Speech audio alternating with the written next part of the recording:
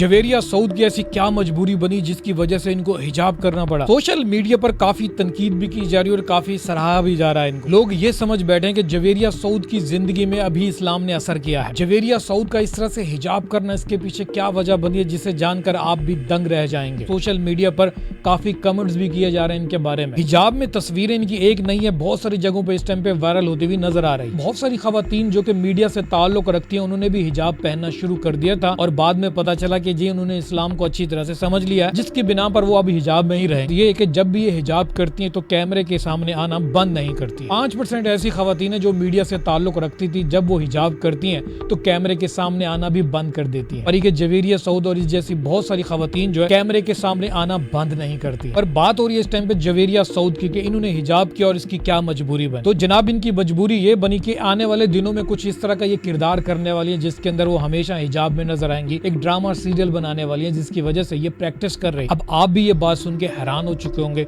हो सकता है कि आपके दिल में भी कुछ बुरे अल्फाज इस टाइम पे आ रहे हो। आप उन अल्फाजों से मुझे बुरा कहें, चाहे हो सकता है इनके बारे में कहें, पर जो खबर थी मैंने आपको पहुंचा दी। इसलिए बड़े बुजुर्ग कहते हैं कि किसी के बारे में जब तक तहकीक न कर लें उसके बारे में अच्छा या बुरा सोचने से गुरेज करें। अगर आज की वीडियो आपको अच्छी लगी तो जाते जाते हमारे चैनल को लाइक और सब्सक्राइब जरूर कीजिएगा।